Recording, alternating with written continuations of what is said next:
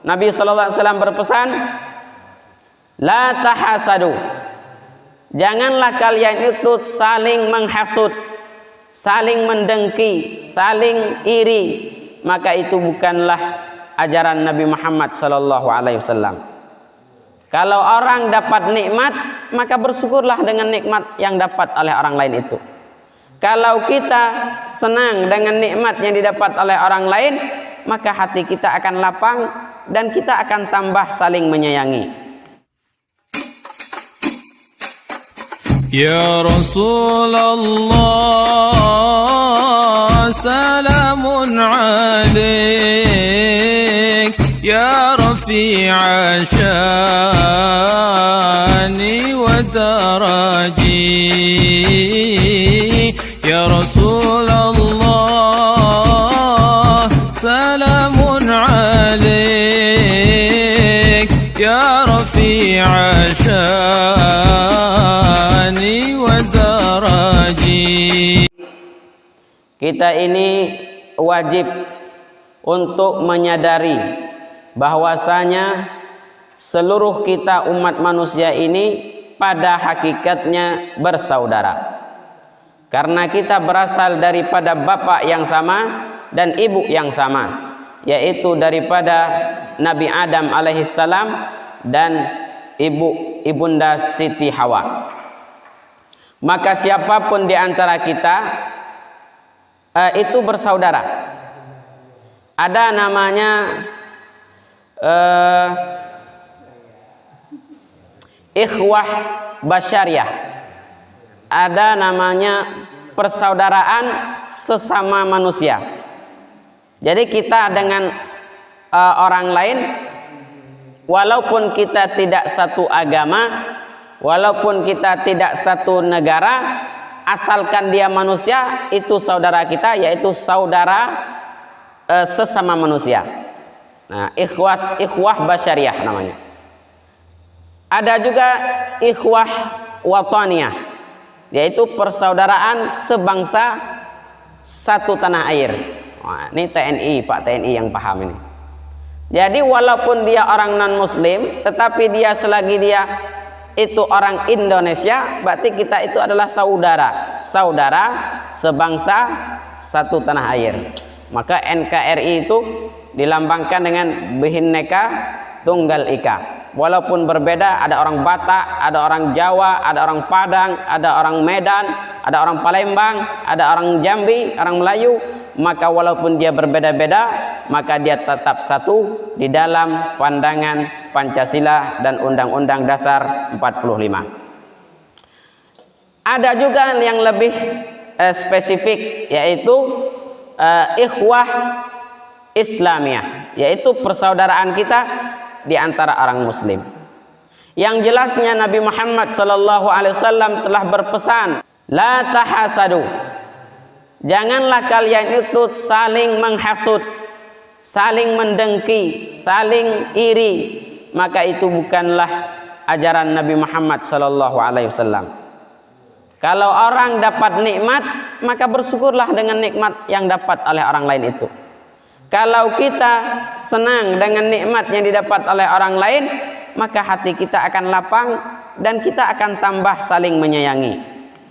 Nah, kadang-kadang karena sifat iri dan sifat dengki itu bisa membuat hubungan orang menjadi renggang. Sebelumnya akrab nian sebelumnya.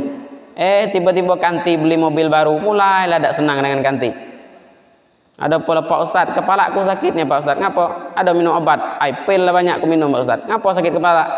Itu tetangga sebelah beli mobil gitu. Itu ya tidak ada obatnya aku bilang. Kalau sifat iri tidak ada obatnya, dengki tidak ada obatnya. Obatnya adalah bersaudara, meyakini bahwa kita ini adalah saudara.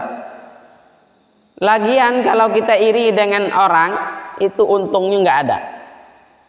Contoh, saya lihat Bapak Imam beli mobil baru. Saya iri ini, bencinya saya nengoknya Pak Imam beli mobil baru. Kalau saya iri, maka saya tidak dapat untung. Untungnya apa? Saya pasti tidak berani minjam kalau saya iri. Tidak berani numpang. Tapi kalau saya senang, alhamdulillah Pak Imam beli mobil, nah kita datang ke rumahnya silaturahim. Karena saya senang, tidak ada iri dan dengki, maka saya mungkin bisa minjam, mungkin bisa numpang dan lain sebagainya. Justru karena iri dan dengki itulah yang menghalangi kita untuk menikmati nikmat orang lain. Kalau kita tidak iri, kita bisa ikut menikmati nikmat orang lain. Tapi kalau iri, kalau dengki, maka dia pasti tidak mau untuk menikmati nikmat yang diberikan oleh Allah kepada orang lain. Wala tanajasu, dan pesan Rasulullah, la tanajasu, jangan kalian saling menipu. Kalau menipu ini disebutkan dalam Al-Quran, ya ayyuhalladzina amanu la ta'kulu amwalakum bil batil, la ta'kulu amwalakum bainakum bil batil, atau kama qala Allah Ta'ala. Jangan kalian memakan harta di antara kalian dengan jalan yang batil. Apa jalan yang batil? Jalan menipu. Kemudian jalan riba. Kemudian jalan korupsi. Kemudian jalan berhutang tapi tidak dibayar. Itu adalah jalan yang batil.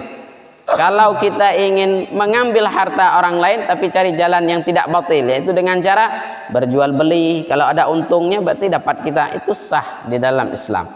Maka Allah Ta'ala menyebutkan wa ahallallahu al-bai'a, dan Allah menghalalkan jual beli, wa harramar riba, tetapi mengharamkan riba dan penipuan. Wala tabaghadu, dan janganlah kalian saling membenci. Maka sifat benci itu sama sekali tidak menguntungkan. Ibu pilih mana? Dibenci apa membenci? Hah? Tidak ada nada pilih. Enaknya hidup ini tenang, enggak? Tapi tidak bisa, Ibu, tidak bisa. Hidup ini tidak bisa tenang. Kalau tidak kita dibenci, pasti kita membenci. Kalau tidak kita membenci, pasti kita dibenci. Karena dalam kayak hidup ini kayak resiko berkendara lah. Kalau tidak menabrak, ditabrak. Ya walaupun tidak sering nian kan, tapi pasti itu terjadi gitu. Kayak tupai. Tupai itu pandai dia untuk berjalan di atas pohon, tupai itu. Tapi pada satu saat bisa juga dia itu terjatuh atau dijatuhkan gitu loh. Maka macam inilah kita manusia ini. Kalau kita jadi manusia tidak mau diganggu orang, itu bukan manusia. Karena manusia ini sifatnya manusia ini makhluk sosial. Yang namanya makhluk sosial pasti bergabung dengan orang lain. Dalam bersatu dengan orang lain itu pasti ada itu, ada ini dan lain sebagainya. Ya kalau tidak mau ada yang usil, itu tinggal sendirian dalam hutan, itu tidak ada yang usil. Tapi kalau kita hidup bersama-sama di lingkungan kita, ya banyak orang, banyak perangai. Iyalah tuh Pak. Kadang kita tidak ngacau orang ngacau kita. Maka kita sebagai orang Muslim ini, kita nggak perlu mengatur orang lain gitu loh. Kau jangan ganggu aku, kau jangan benci dengan aku. Tapi kita atur hati kita sendiri, bagaimana kita menerima dengan lapang dada setiap sikap orang lain dengan kita. Nah kita yang bisa ini kita ngatur hati kita. Kayak saya sering ditanya sama orang itu di WA, di chattingan, Pak Ustadz, macam mana lah Pak Ustadz? Ya aku nih ada tetangga sebelah, ini benci nian dengan aku Pak Ustadz. Saya bilang, kalau mau kita menghentikan kebencian dia, itu bukan urusan kita. Urusan kita adalah bagaimana kita tidak membenci dia. Soalnya yang rugi itu yang membenci apa yang dibenci? Yang membenci. Orang yang membenci maka sempitlah hatinya. Tapi kalau dia dibenci, ada masalah. Tidak ada masalah. Dia dapat dosa enggak, justru dia dapat pahala. Kemudian hatinya tetap santai karena dia dibenci, bukan dia yang membenci. Maka letaknya di dalam hati. Maka kata Rasulullah, la tabaghadu. Bahkan disebutkan oleh para ulama, seseorang tidak akan masuk surga apabila di dalam hatinya masih menyimpan satu kebencian meskipun hanya dengan seorang muslim. Karena orang yang masuk surga itu hatinya nggak ada benci. Artinya apa? Orang yang masuk surga itu memang hatinya lah bersih. Kalau hatinya masih kotor, maka dia akan terhalang masuk surga dengan sebab kebencian yang ada dalam hatinya. Karena disebutkan dalam Al-Quran, penduduk surga ini, wa naza'na ma fi qulubihim min ghil. Orang penduduk surga itu sudah Allah cabut rasa benci, rasa iri, kotor hati dalam hatinya.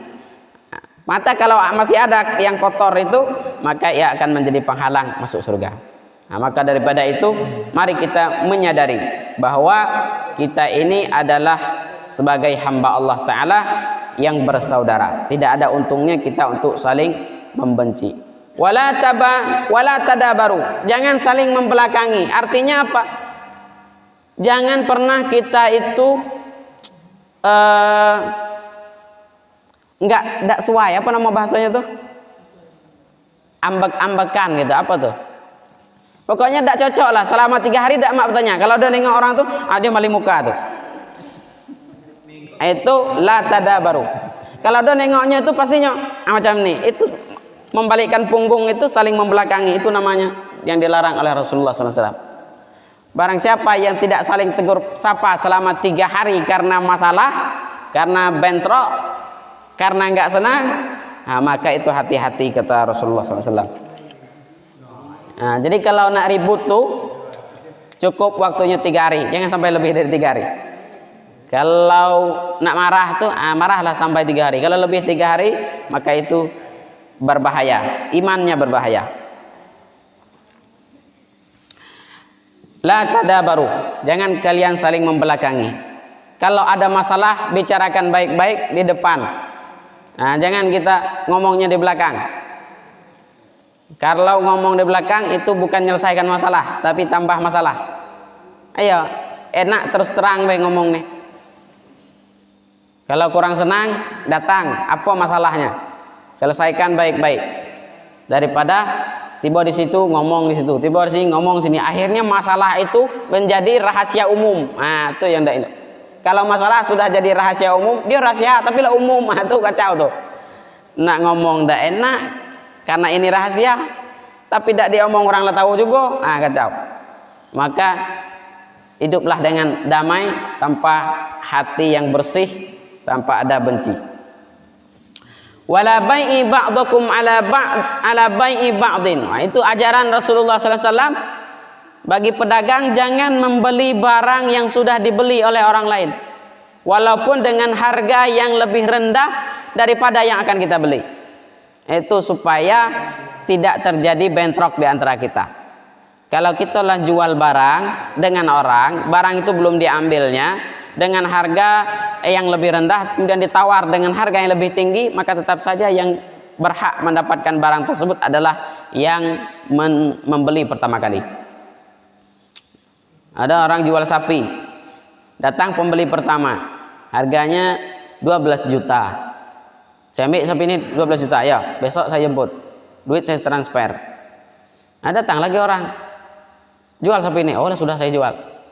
Tapi saya belilah, dia saya beli. Berapa orang tuh beli mana? 12. Aku beli 15. Itu walaupun pakai itu tetap tidak boleh diberikan, karena jual barang itu sudah dijual belikan. Itulah penyakit masyarakat sekarang. Banyak masalah itu karena banyak melanggar aturan Allah itu. Coba kalau tidak dilanggar, bilang baik-baik gitu loh. Saya sudah jual walaupun 12 juta, tetap saya sudah dijual. Coba kalau sapi itu dijual karena sudah dibeli, akhirnya ribut. Nah, maka itu yang terjadi. Orang sekarang ini yang penting untung, yang penting kenyang, yang penting senang. Tapi syariat Allah mulai dilupakan. Yang penting perut kenyang, yang penting duit banyak, dapat duit. Nah, itu. Maka itu adalah kesalahan yang harus diperbaiki. Karena Rasulullah SAW mengatakan, wa kunu ibadallah ikhwana. Jadilah kalian itu hamba Allah ikhwana, yang bersaudara. Maka disebutkan dalam Al-Quran, innal mu'minuna ikhwah, innamal mu'minuna ikhwah. Orang mukmin itu bersaudara. Di dalam hadis-hadis Rasulullah memperumpamakan seorang mukmin dengan mukmin yang lain itu bagaikan jari tangan dengan jari yang lain. Itu kalau tangan ada satu jari yang sakit, maka yang lain akan terganggu untuk beraktivitas walaupun tidak sakit. Nah, cobalah kita ada jari kita yang salah satu jari yang sakit, pasti aktivitas kita terasa terganggu karena jari yang lain akan terganggu dengan terlukanya jari yang lain.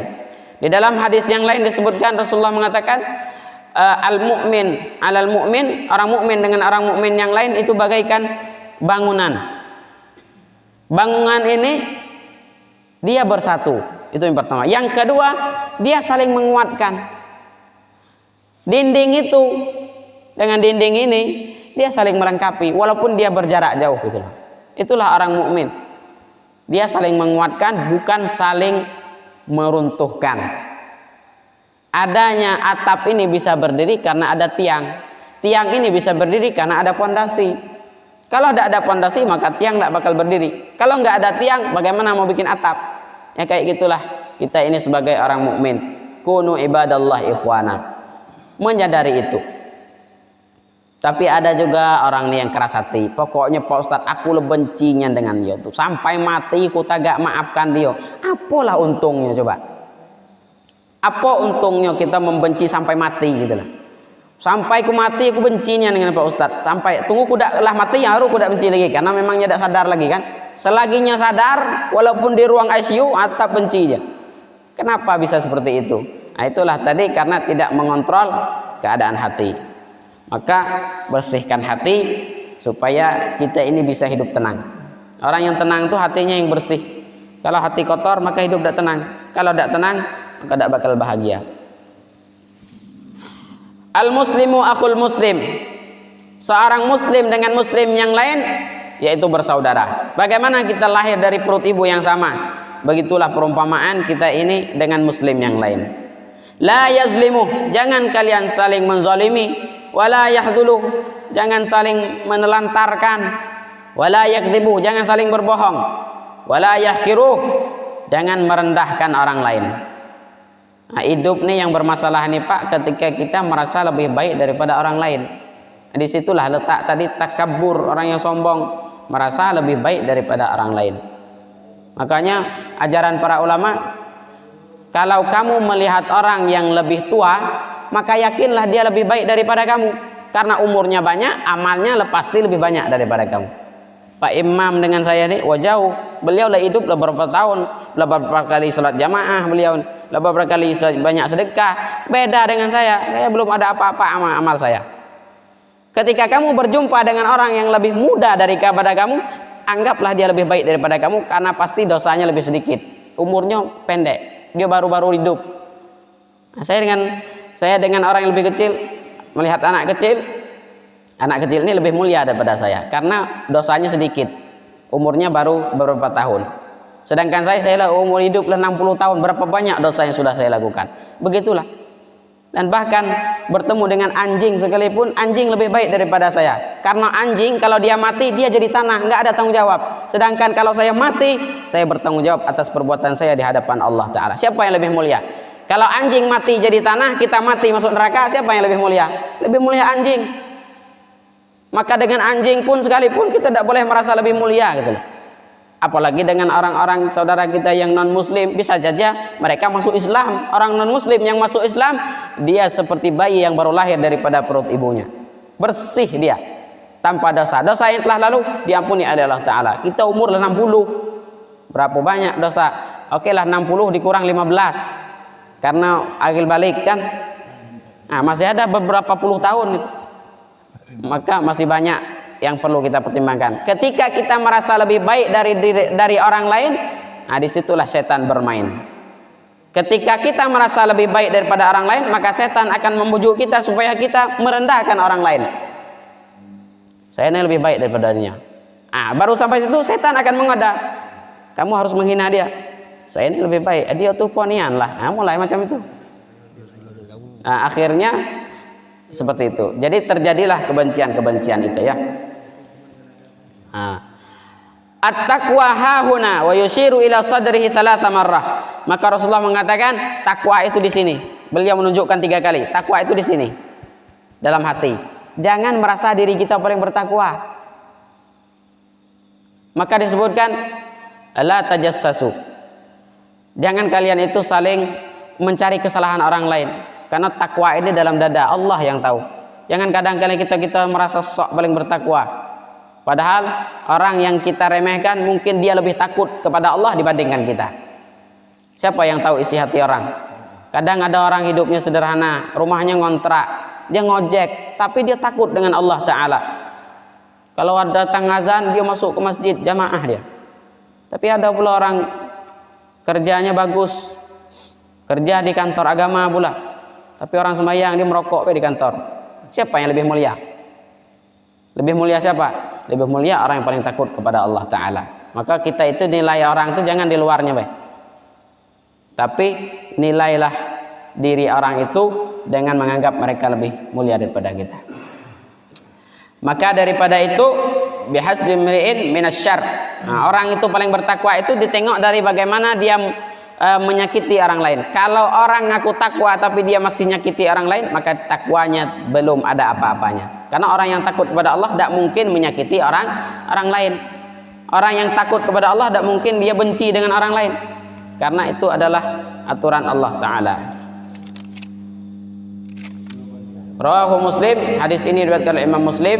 Wallahu ta'ala a'lam bis